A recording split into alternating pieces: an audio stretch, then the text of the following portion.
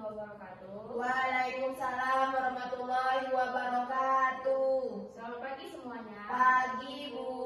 Apa kabar hari ini? Alhamdulillah luar biasa, Bu. Alhamdulillah. Baik, sebelum kita melakukan pembelajaran hari ini, alangkah baiknya kita berdoa dulu. Berdoa yang pimpin. Berdoa dimulai. Berdoa selesai. Baik, sebelum kita melanjutkan pembelajaran hari ini, Ibu absen dulu ya. Bu. Azra Nur Subiana, hadir Bu. Nurfa Nisa Suhada, Ada, Bu. Alhamdulillah semuanya hadir ya hari ini. Ya, Bu. Oke.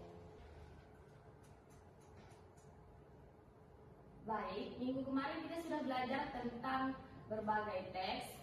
Salah satunya itu ada teks narasi, teks eksposisi. Hari ini kita akan belajar tentang teks prosedur. Baik, Bu. Apakah ada yang tahu tentang teks prosedur? Tidak, Bu.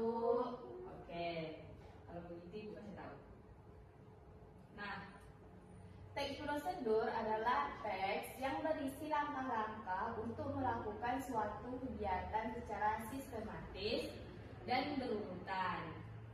Nah, pada pertemuan kali ini kita akan membahas tentang teks prosedur cara pembuatan dodol.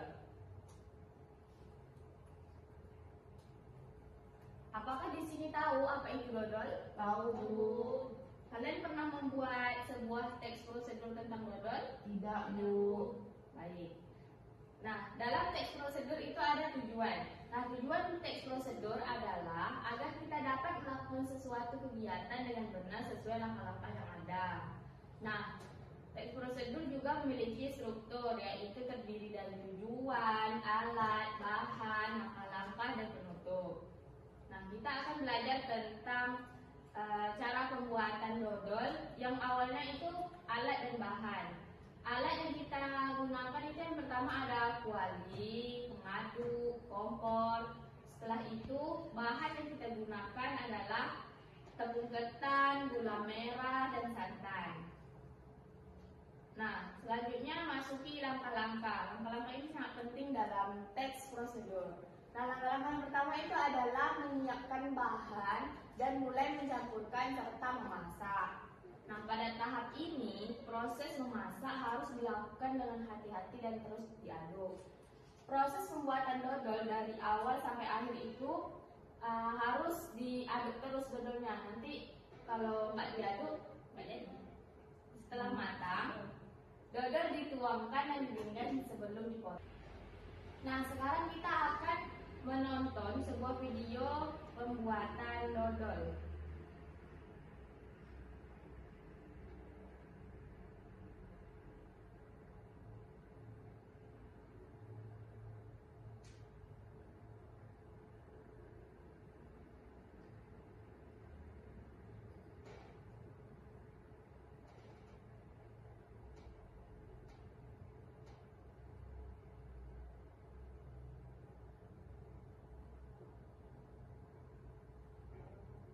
Baik, di sini kita akan menonton video cara pembuatan dodol ya.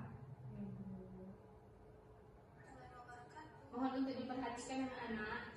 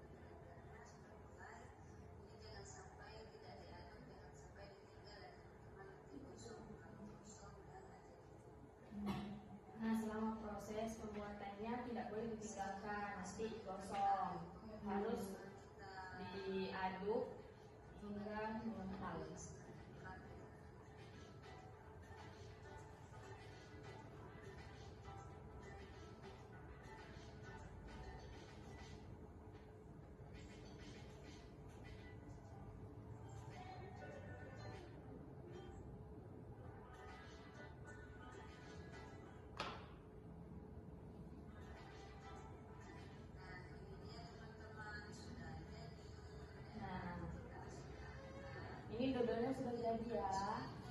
Sudah diaduk.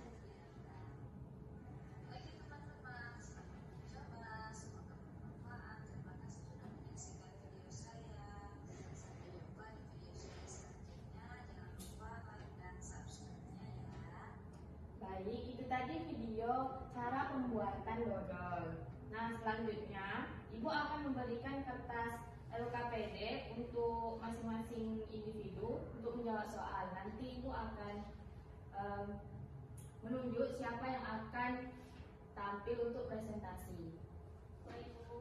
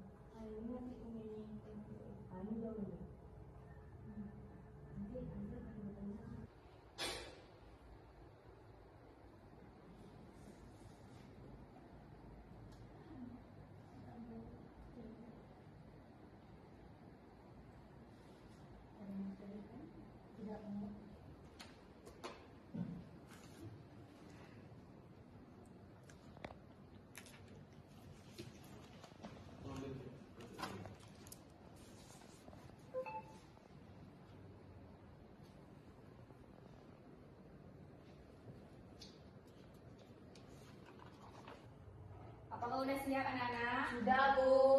Baik. Ibu meminta Nurfa untuk mempresentasikan hasil kerja ini. Ya.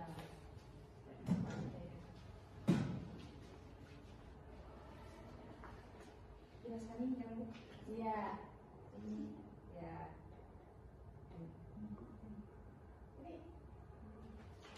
Assalamualaikum warahmatullahi wabarakatuh.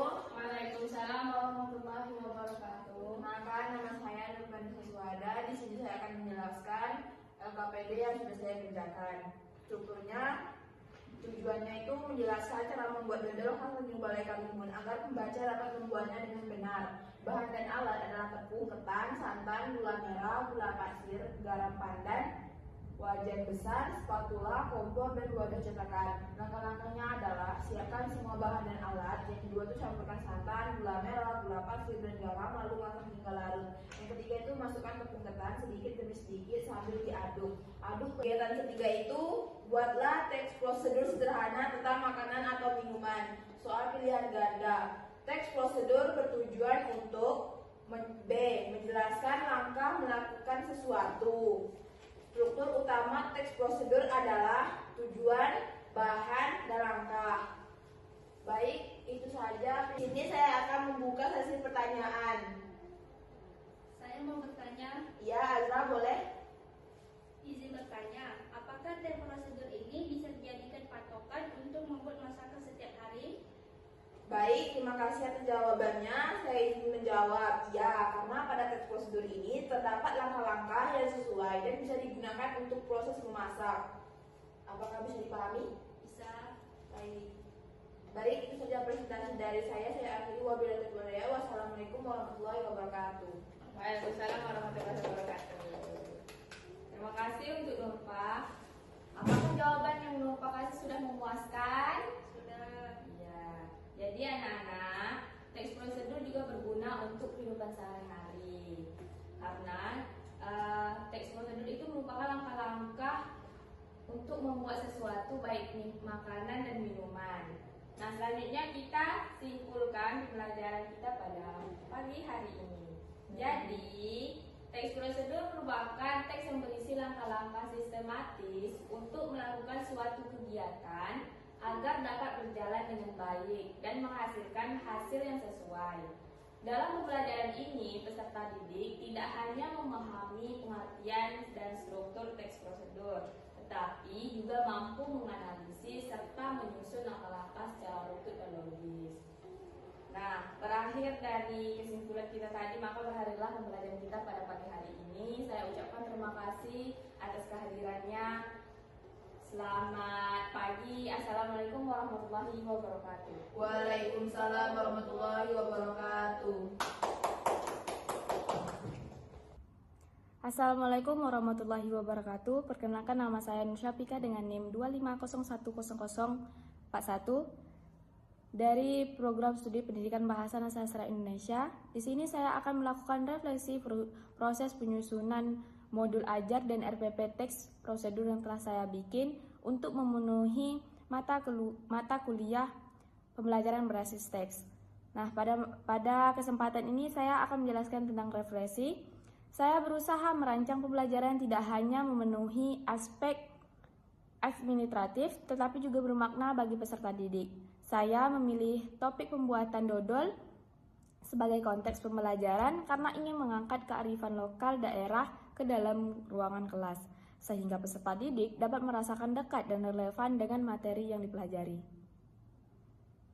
Proses penyusunan modul ini memberikan banyak pelajaran berharga bagi saya. Saya menyadari bahwa merancang pembelajaran yang baik membutuhkan pemahaman mendalam tentang capaian pembelajaran, karakteristik peserta didik,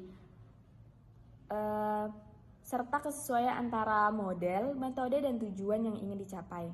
Dalam hal ini, saya memilih model Project Based Learning atau biasa disebut sebagai PJBL karena model tersebut mendorong peserta didik untuk lebih aktif, kreatif, dan terlibat langsung dalam proses pembelajaran secara dunia nyata.